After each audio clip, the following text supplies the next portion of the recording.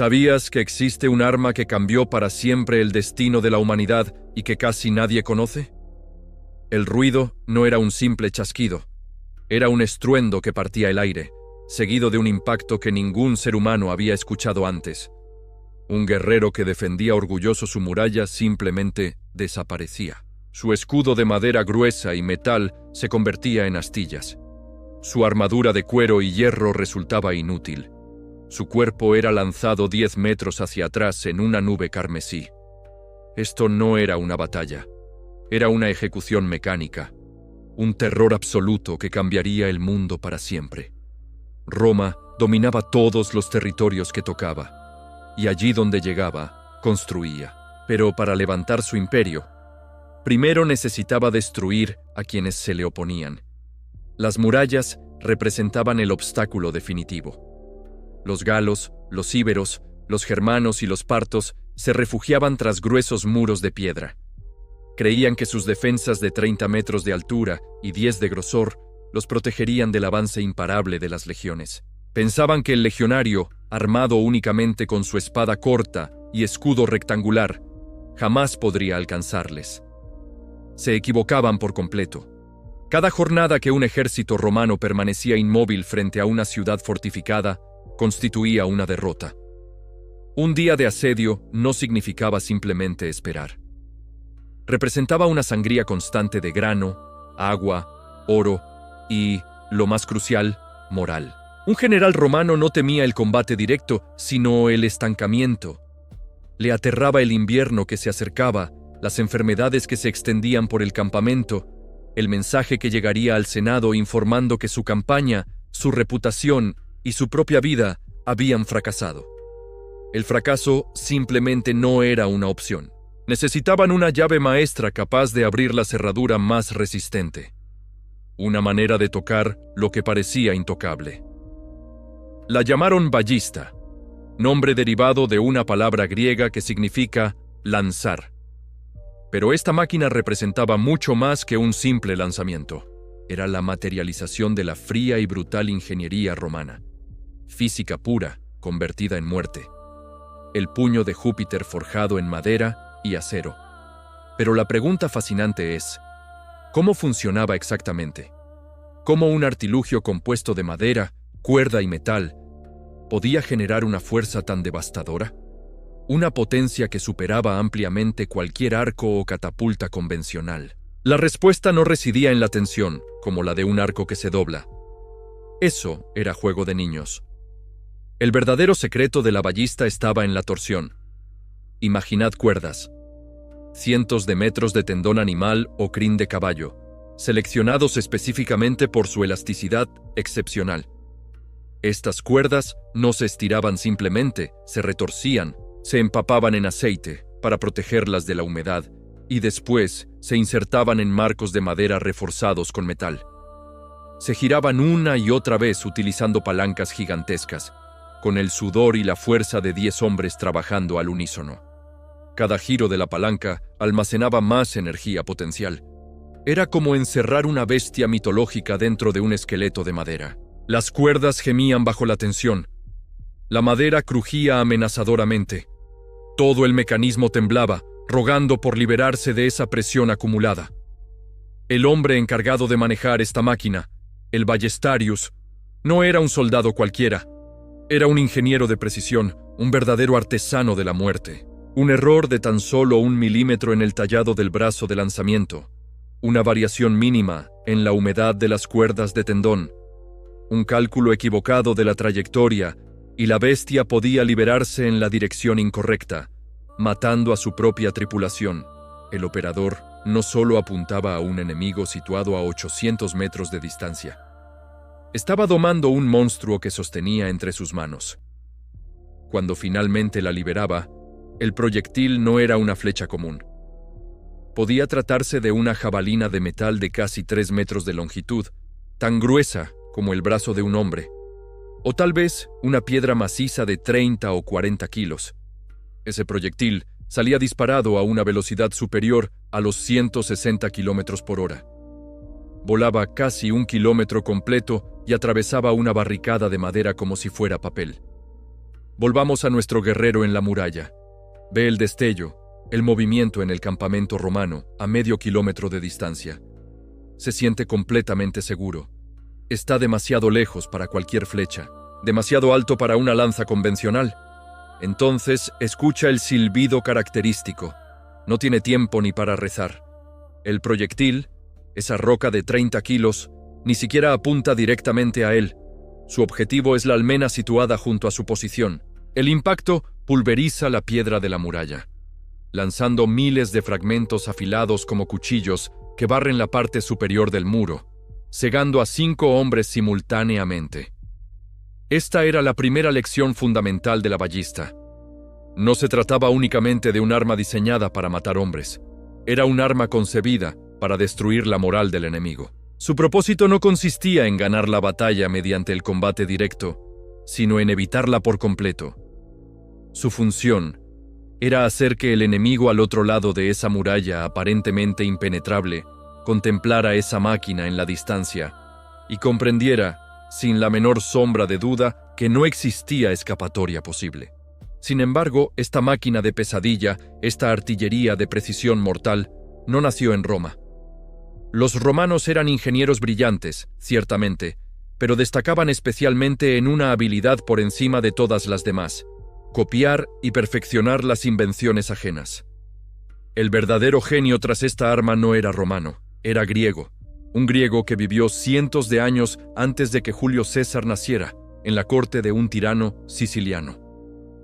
La pregunta intrigante es: ¿cómo una idea concebida en la aparentemente tranquila Siracusa se convirtió en la herramienta que construiría el imperio más grande que el mundo jamás había conocido?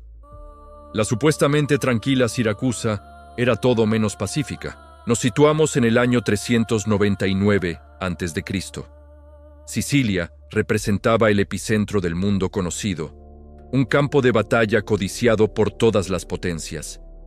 En Siracusa, la joya de la corona, gobernaba un hombre que no era filósofo ni demócrata.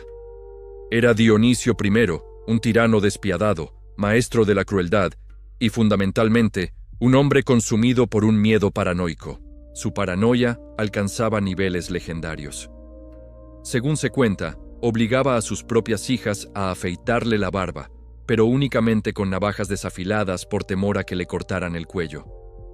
Construyó una prisión en una cueva con una acústica tan perfecta que podía escuchar los susurros de sus enemigos desde la distancia.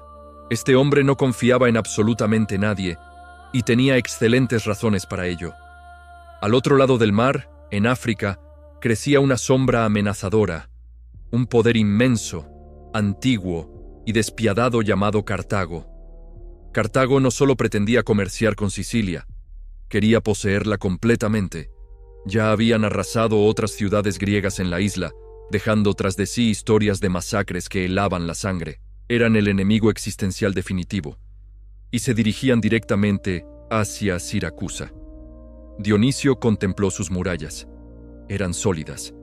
Observó a sus soldados, los hoplitas, que eran valientes y experimentados, pero comprendía perfectamente que no sería suficiente. Los cartagineses disponían de más barcos, más soldados y una paciencia infinita para los asedios prolongados. ¿Cómo podía un solo hombre, un tirano odiado por muchos de sus súbditos, enfrentarse a todo un imperio?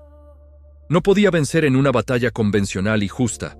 Por tanto, decidió cambiar completamente las reglas del juego. Decidió inventar la guerra injusta. Dionisio no era inventor, pero se convirtió en el patrocinador más generoso de su época. Lanzó una convocatoria que alcanzó todo el mundo griego, buscando a los matemáticos más brillantes, a los ingenieros más audaces, a los carpinteros y metalúrgicos más hábiles. Los trajo a Siracusa y les ofreció riqueza, protección y un desafío que sonaba completamente descabellado. Les dijo: «Quiero un arco que supere las capacidades de cualquier hombre. Quiero una flecha capaz de atravesar un escudo y al guerrero que lo sostiene. Quiero un arma que pueda hundir un barco de guerra desde mis murallas». Se encerraron en los astilleros del puerto, en talleres secretos protegidos por los guardias personales del tirano. La presión era absoluta. Fracasar no significaba simplemente regresar a casa, significaba desaparecer para siempre en la prisión de la cueva. Inicialmente intentaron crear arcos más grandes, arcos compuestos gigantescos, pero la madera y el cuerno tenían límites físicos insuperables. Más allá de cierto punto, los materiales simplemente se quebraban y fallaban. Entonces, uno de esos ingenieros anónimos, cuyo nombre la historia desafortunadamente ha olvidado, experimentó una revelación transformadora. Contempló un simple trozo de cuerda y se preguntó, ¿y si la energía no proviniera de doblar un brazo de madera? ¿Y si surgiera de retorcer y girar un manojo de tendones? Así nació el principio de la torsión que revolucionaría la guerra. Crearon marcos de madera reforzados con bronce resistente. Insertaron madejas de tendón de buey, compuestas por miles de hebras cuidadosamente peinadas y tensadas. Posteriormente utilizaron palancas para retorcer esos tendones, girándolos hasta alcanzar un punto de tensión que la madera de cualquier arco convencional jamás podría soportar. La energía almacenada resultaba verdaderamente aterradora. El marco crujía y vibraba como si contuviera un espíritu violento en su interior. Conectaron brazos especiales a estos resortes de torsión. Añadieron una cuerda y, en lugar de una flecha tradicional, colocaron un proyectil corto, pesado y equipado con una punta de hierro mortal. Al proyectil lo denominaron catapulta, el destructor de escudos. Cuando realizaron la primera prueba, el silencio en el taller fue total y expectante. 10 hombres sudaron intensamente para girar las palancas hasta la posición correcta. El ingeniero jefe dio la orden definitiva. El mecanismo se liberó. El sonido no fue un simple silbido. Fue una explosión seca que hizo vibrar el suelo bajo sus pies. El perno de hierro de 1 metro de longitud cruzó el patio de pruebas de 100 metros en un abrir y cerrar de ojos. Atravesó el primer escudo de práctica, después el segundo, luego el tercero, y finalmente se clavó tan profundamente en el muro de piedra que necesitaron martillos para extraerlo. Dionisio sonrió por primera vez en años. El tirano sintió que finalmente podía respirar con tranquilidad. Desató sus nuevas armas en la guerra contra los cartagineses, específicamente en el sitio de Motia. El resultado fue una auténtica carnicería. Los defensores de Motia, completamente acostumbrados a que las flechas convencionales cayeran sin fuerza sobre sus murallas, presenciaron cómo sus compañeros eran atravesados limpiamente y sus armaduras de bronce reventadas sin resistencia. Los proyectiles de Dionisio mataban desde una distancia que habían considerado completamente segura hasta ese momento. El terror se convirtió en su aliado más poderoso. Por supuesto, el secreto no podía guardarse indefinidamente. La idea era demasiado revolucionaria y poderosa. Se extendió rápidamente por todo el mundo mediterráneo. Otros reyes griegos la adoptaron entusiastamente. Filipo II de Macedonia, el padre del legendario Alejandro Magno, la perfeccionó notablemente, transformándola de un arma exclusivamente de asedio en un arma de campaña móvil y versátil. Sus ingenieros desarrollaron máquinas considerablemente más ligeras y transportables. Alejandro las llevó consigo en sus conquistas hasta la lejana India, aterrorizando a los ejércitos de Darío y derribando incluso a los temibles elefantes de guerra.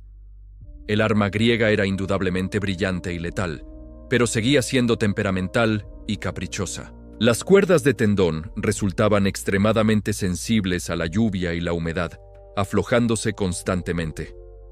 Requerían mantenimiento perpetuo por parte de artesanos altamente especializados. Era fundamentalmente un arma de genios, diseñada para ser operada por genios.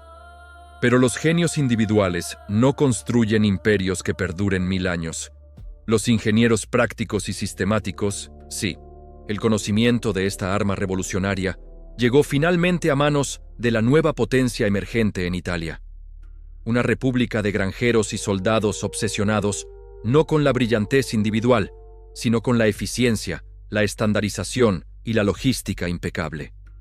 Cuando los romanos pusieron sus manos experimentadas sobre el catapulta griego, no se limitaron simplemente a copiarlo. Lo diseccionaron meticulosamente, lo despojaron de todo misticismo innecesario y lo reconstruyeron completamente según su propia imagen pragmática.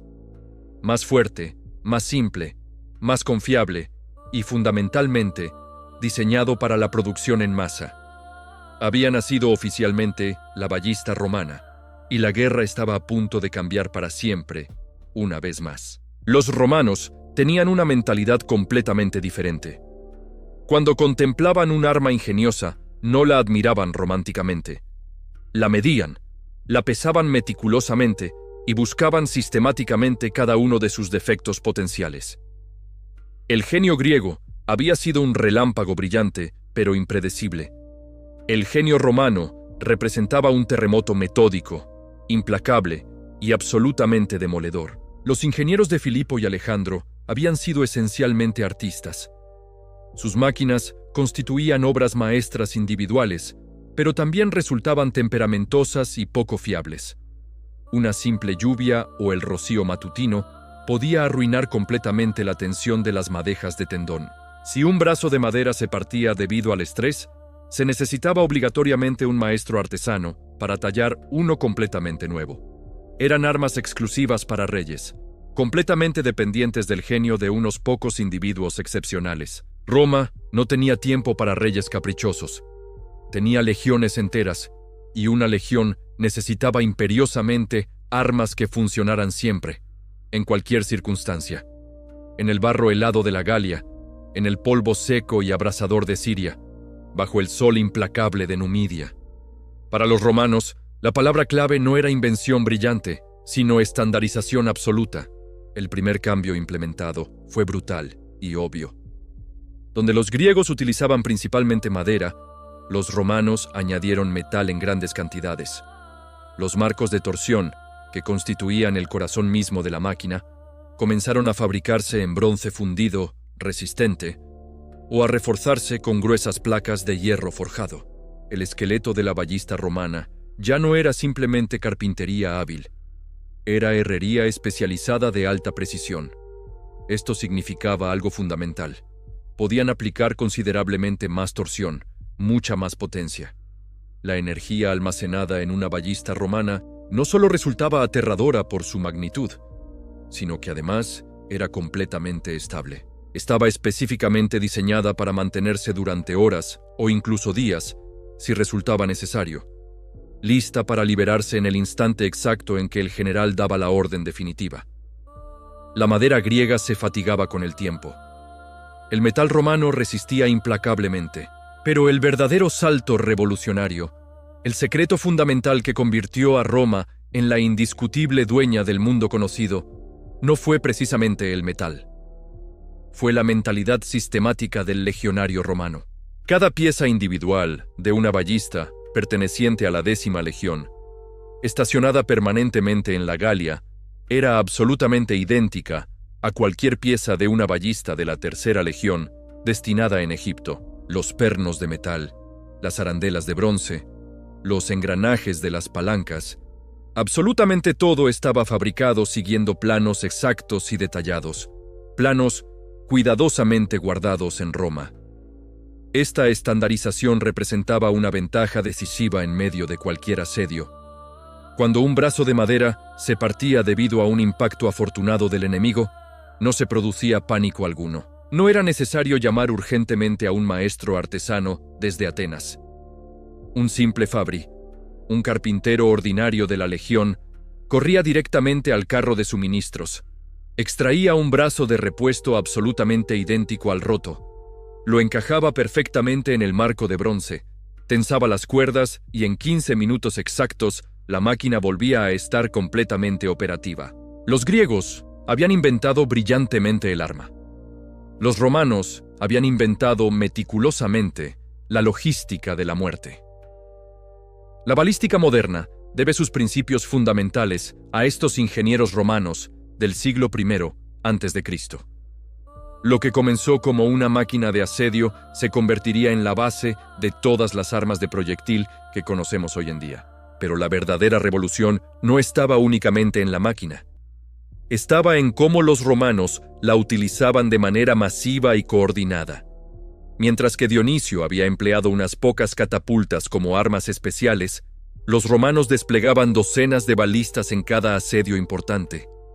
Era artillería industrial, muerte mecanizada a escala nunca vista. Cuando Julio César llegó a la Galia en el año 58 a.C., sus legiones transportaban más de 100 balistas de diferentes tamaños. Las más pequeñas, llamadas escorpiones, podían ser operadas por 2 hombres y disparaban proyectiles del grosor de una jabalina. Las más grandes, los onagroi, necesitaban equipos de 10 legionarios y lanzaban rocas capaces de demoler las puertas más reforzadas. César no las usaba solo para destruir murallas, las empleaba para crear terror psicológico. Relatos de la época describen cómo los guerreros galos, famosos por su valentía temeraria, simplemente abandonaban sus posiciones cuando escuchaban el silbido característico de los proyectiles romanos acercándose. El sonido se había convertido en sinónimo de muerte inevitable. Uno de los casos más documentados ocurrió durante el asedio de Alesia. Vercingetorix, el líder galo, había construido una fortaleza que consideraba inexpugnable. Sus muros de piedra tenían 40 metros de altura y estaban defendidos por más de 80.000 guerreros experimentados. César tenía solo 6 legiones, aproximadamente 30.000 hombres. En una batalla convencional, los galos habrían masacrado a los romanos. Pero César no libró una batalla convencional. Rodeó completamente Alesia con 2 líneas de fortificaciones. Una mirando hacia la ciudad para mantener a los galos encerrados, y otra mirando hacia afuera para protegerse de los ejércitos de refuerzo que vendrían a socorrer a Vercingetorix.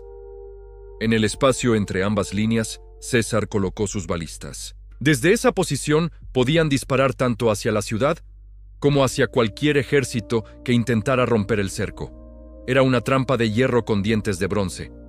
Lo que sucedió después cambió para siempre la manera de hacer la guerra. Los galos intentaron romper el asedio 3 veces. En cada ocasión, las balistas romanas convirtieron sus cargas heroicas en masacres unilaterales. Los proyectiles no solo mataban a los guerreros que alcanzaban directamente.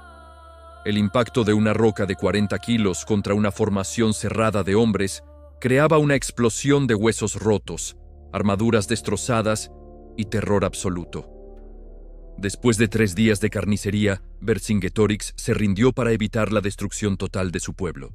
El líder galo más valiente de su generación había sido derrotado no por el valor romano, sino por su tecnología superior. La noticia del triunfo de César se extendió por todo el mundo conocido como un incendio.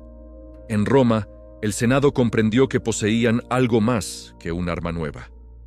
Tenían la llave maestra para conquistar cualquier territorio que desearan. Durante los siguientes 300 años, las balistas romanas demolieron las defensas de Jerusalén, pulverizaron las murallas de Cartago y abrieron las puertas de ciudades desde Britania hasta Mesopotamia. Cada victoria alimentaba el crecimiento del imperio, y cada expansión del imperio significaba más recursos para construir armas aún más letales. Los ingenieros romanos no se conformaron con perfeccionar la balista. Desarrollaron versiones especializadas para cada tipo de combate. Las carrobalistas eran máquinas móviles montadas sobre ruedas que podían seguir el ritmo de las legiones en marcha. Las balistas navales, reforzadas con bronce marino, hundían barcos enemigos desde distancias imposibles para los arietes tradicionales. Incluso crearon balistas repetidoras, máquinas experimentales que podían disparar varios proyectiles en secuencia rápida. Aunque estas armas nunca se produjeron en masa debido a su complejidad, demuestran hasta dónde llegaba la obsesión romana por la innovación militar. Sin embargo, la tecnología que había construido el imperio también contenía las semillas de su destrucción. Las balistas requerían una cadena de suministro increíblemente sofisticada.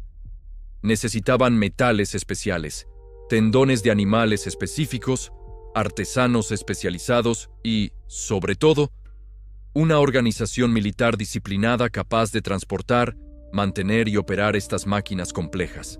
Cuando el imperio comenzó a debilitarse internamente durante el siglo III y IV después de Cristo, esa cadena de suministro comenzó a fallar.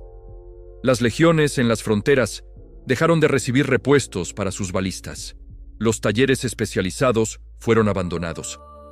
El conocimiento técnico se perdió gradualmente.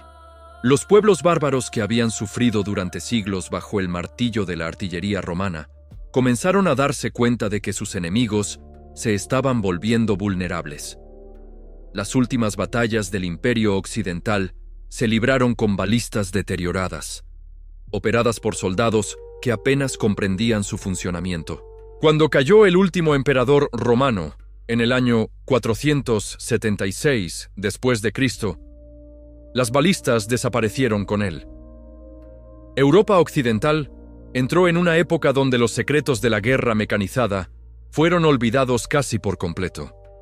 Pasarían más de 1000 años antes de que la humanidad redescubriera el poder de la artillería. Pero el legado de la balista romana sobrevivió de maneras inesperadas. Los manuscritos técnicos que describían su construcción fueron preservados en monasterios y bibliotecas árabes. Cuando llegó el Renacimiento, esos textos antiguos inspiraron a una nueva generación de inventores europeos. Leonardo da Vinci estudió obsesivamente los diseños romanos y los mejoró con sus propias innovaciones. Sus cuadernos contienen docenas de máquinas de guerra basadas en los principios de torsión desarrollados por los ingenieros de César.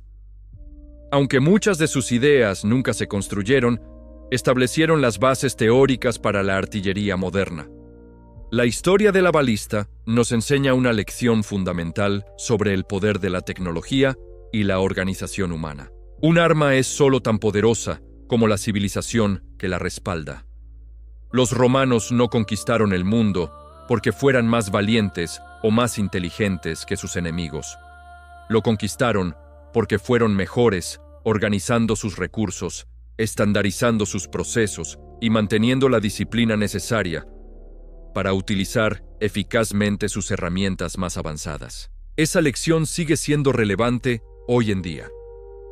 Vivimos en una época donde la tecnología avanza a ritmo vertiginoso, pero nuestro éxito no depende únicamente de poseer las herramientas más modernas. Depende de nuestra capacidad para organizarnos, colaborar y mantener la disciplina necesaria para utilizar esas herramientas de manera constructiva. Los romanos usaron su superioridad tecnológica para construir carreteras, acueductos y ciudades que perduraron más de 1000 años después de la caída de su imperio. Nosotros tenemos la oportunidad de usar nuestras herramientas para construir algo aún más duradero y beneficioso para toda la humanidad. Pero aquello que los historiadores apenas susurran es lo que sucedió después de la caída de Roma. Las balistas no desaparecieron completamente. Se transformaron, evolucionaron en secreto y resurgieron cuando nadie lo esperaba. Durante los siglos oscuros que siguieron al colapso del Imperio Romano, mientras Europa se sumía en el caos y el olvido, una civilización floreciente al otro extremo del mundo estaba perfeccionando silenciosamente estos principios mortales. China, durante la dinastía Han, desarrolló máquinas que harían palidecer de envidia a los mejores ingenieros de César. Los inventores chinos no se limitaron a copiar los diseños romanos. Los reinventaron desde cero, añadiendo innovaciones que cambiarían para siempre la naturaleza de la guerra. Crearon el Repeating Crossbow, una ballista personal que podía disparar 20 proyectiles en menos de un minuto. Pero su verdadero genio residía en algo que ningún romano había imaginado jamás. Descubrieron que mezclando salitre, azufre y carbón vegetal podían crear una sustancia que explotaba con una fuerza devastadora. La pólvora había nacido, y con ella, el fin definitivo de la guerra medieval.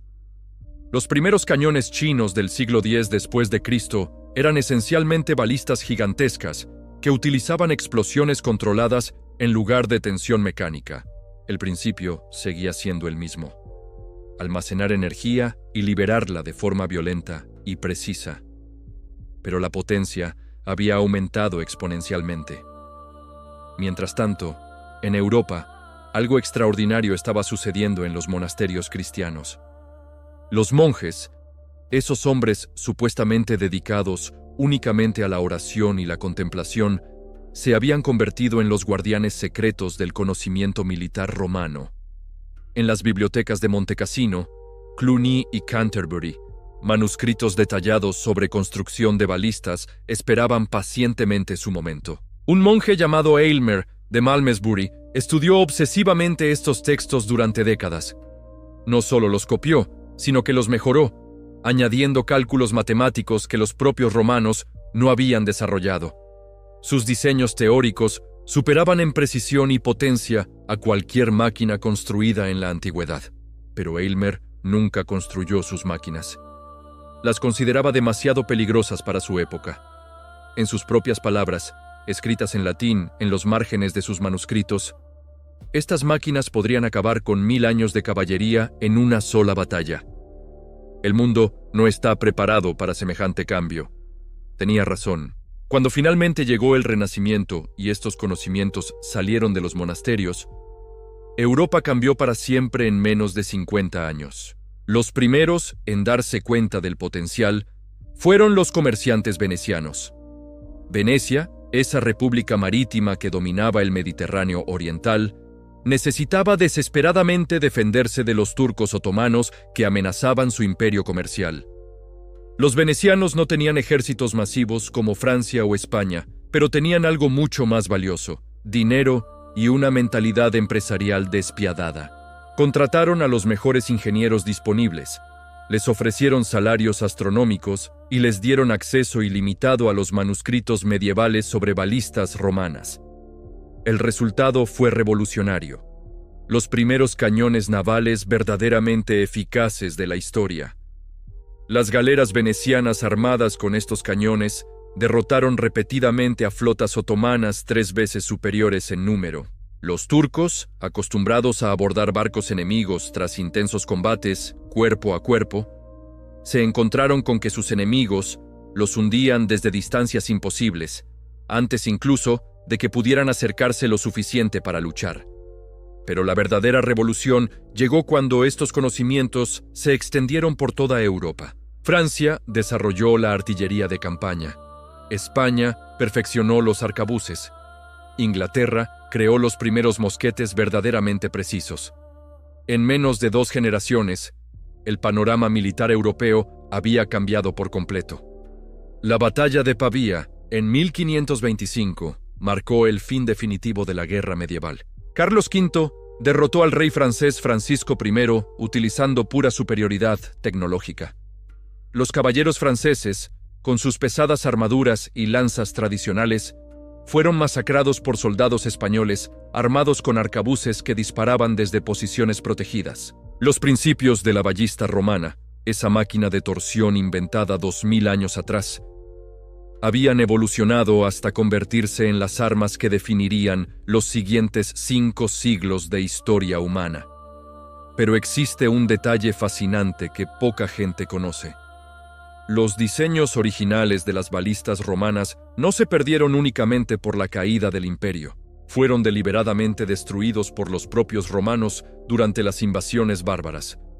Cuando los visigodos sitiaron Roma en el año 410 después de Cristo, el emperador Honorio tomó una decisión desesperada. Ordenó quemar todos los manuales técnicos y planos de construcción de balistas almacenados en la capital. Su razonamiento era simple pero trágico. Si Roma iba a caer, al menos sus secretos militares no caerían en manos enemigas. Esa decisión condenó a Europa occidental a varios siglos de atraso tecnológico. Los bárbaros que conquistaron el imperio no sabían construir balistas, pero tampoco podían aprender porque los manuales habían sido destruidos. La guerra regresó a un nivel primitivo de combate cuerpo a cuerpo, que habría sido familiar para los guerreros de la Edad del Bronce. Sin embargo, esta destrucción aparentemente definitiva tuvo una consecuencia inesperada. Obligó a las siguientes generaciones de inventores a redescubrir estos principios por sí mismos, lo que resultó en innovaciones que los propios romanos nunca habrían imaginado. Los ingenieros del Renacimiento, trabajando desde cero, desarrollaron máquinas más eficientes, precisas y poderosas que sus antecesores antiguos. La pérdida del conocimiento romano había sido, paradójicamente, una bendición disfrazada.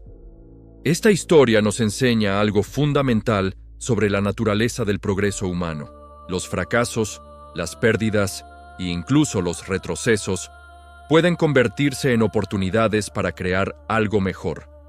Cada vez que creemos que hemos perdido algo valioso para siempre, el ingenio humano encuentra una forma de reconstruirlo y mejorarlo. Hoy en día, esos mismos principios de energía almacenada y liberación controlada siguen siendo la base de la tecnología moderna. Desde los motores de nuestros coches hasta los cohetes que enviamos al espacio, todos funcionan almacenando energía y liberándola de forma precisa y controlada. La ballista romana, esa máquina de guerra que aterrorizó al mundo antiguo, vive en cada aspecto de nuestra civilización tecnológica. Y quizás, lo más importante, nos recuerda que nuestros antepasados no eran primitivos. Eran tan inteligentes, creativos y determinados como nosotros. Solo tenían herramientas diferentes. La próxima vez que veas un rascacielos, un avión o incluso tu teléfono móvil, recuerda que todo comenzó con un ingeniero anónimo en la antigua Siracusa que se preguntó qué pasaría si retorcía unas cuerdas hasta el límite. Ese momento de curiosidad cambió el mundo para siempre y sigue cambiándolo hoy.